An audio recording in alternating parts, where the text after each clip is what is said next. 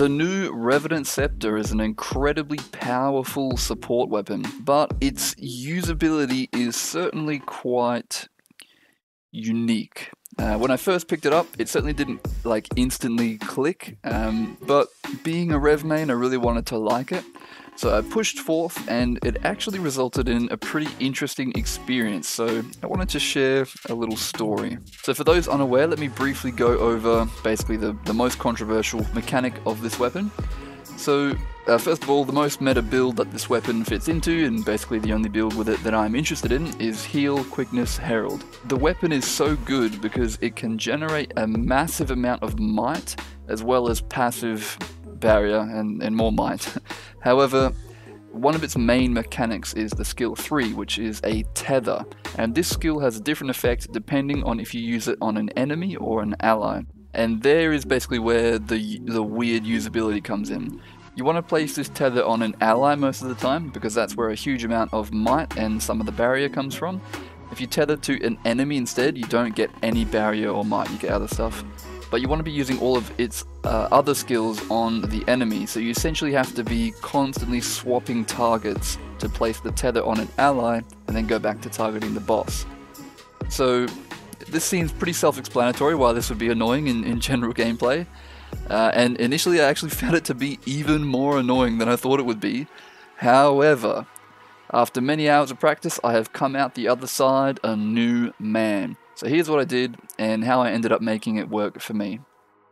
So the first thing I tried was simply heading into a fight as normal, letting the boss, be just auto-attacking the boss, and when I wanted to target an ally, trying to just manually click on someone from my squad so I could press 3, and then try and select the boss again.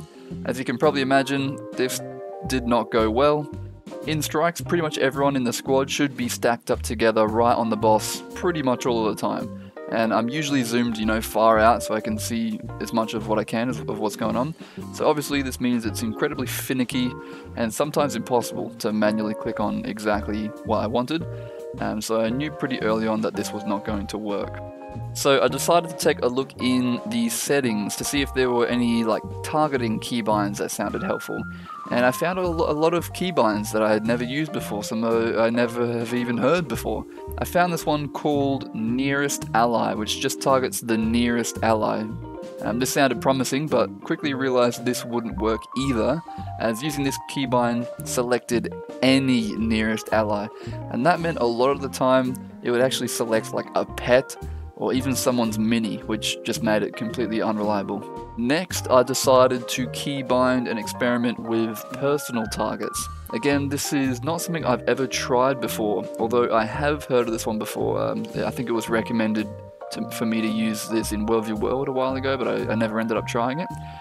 So this works with basically two separate keybinds. One is called Set Personal Target, which sets whatever you currently have selected as your own personal target that no one else can see. And then there's a separate keybind called Take Personal Target, which will just select whatever you set previously as your personal target.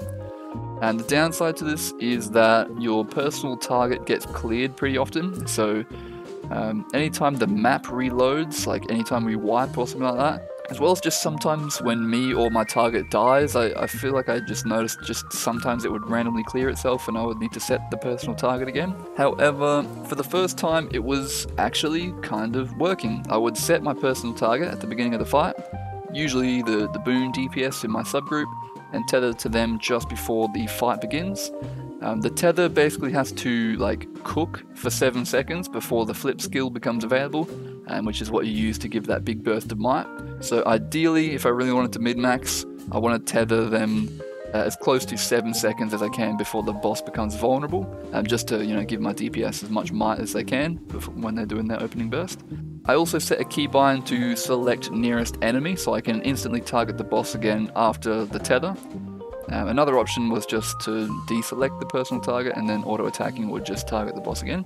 For the first time, I felt like I was starting to see some light at the end of the tunnel. However, after a decent amount of practice, it still just felt like too much. It was a bit overwhelming, constantly taking personal target, tethering, targeting the boss again, targeting ally again, tethering again, targeting the boss again, on top of everything else that I'm usually doing as a healer as well. one of the main things that made me fall in love with the old Heal Herald was that I didn't really have much of a rotation at all, that you had to be like constantly doing, other than just like managing energy and quickness. So you were very free to be completely reactive, which was awesome as a healer. You can just sort of chill out when everything's going smoothly, and then when shit hits the fan, you can sort of kick into gear, start doing some burst heals and cleansing and stuff like that. All of this extra rotation shit made me constantly looking down at my skills instead of the fight and my squad mates, and I just felt like I could be way less reactive.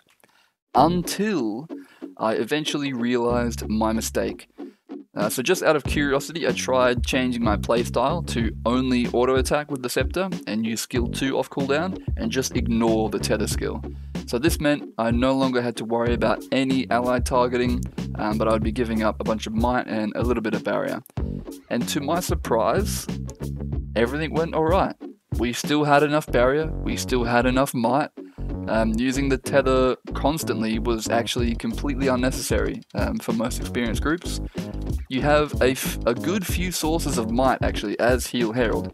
You get it from your facets, from your traits, from your Scepter auto attacks, and from other people in the subgroup as well. They're almost always throwing a bit of might around. And suddenly it all made sense. The tether was not meant to be used off cooldown like I was using before.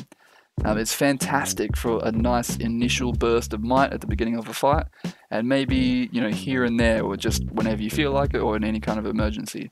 I actually found it pretty cool to use during like intermission phases of a fight, where like whenever the boss went invulnerable for a few seconds or something like this, instead of just waiting around for it to become vulnerable again, I could use that time to quickly tether an ally, so I could feel certain that everyone's topped off on might when the fight resumes. Honestly, I think the best thing that Revenant Scepter has done for me is push me outside of my comfort zone when it comes to Guild Wars 2. I think it's actually made me better at the game because of how it works. It's made me experiment with these new keybinds that I had never thought about using before, and it's forced me to experience ally targeting, which is just another side of the combat that this game has to offer that I've never really tried before. I still think it is probably going to be one of the lesser used new weapons, just because most people probably won't want to even bother with ally targeting at all. Most certainly won't want to bother, setting up new keybinds just for one build, and that's fine. I kind of like playing builds that not everyone plays. But yeah, I no longer feel like it's a drag to play at all, now that I've had a lot more experience with it, but yeah, I certainly had to figure it out the hard way.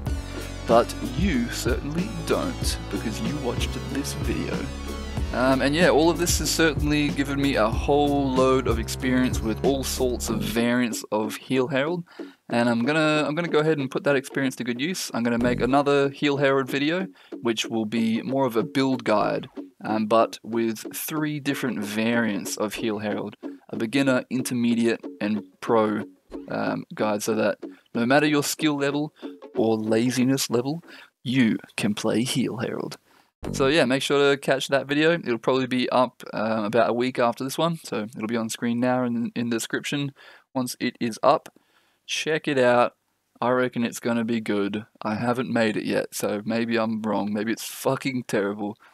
Go and have a look and find out. Alright, thanks for making it to the end. I hope this was a fun little story. If you enjoyed, you know what to do. Yeah, and I'll catch you all in the next one, in that Heal Herald video. I'll see you in that one. Go watch it.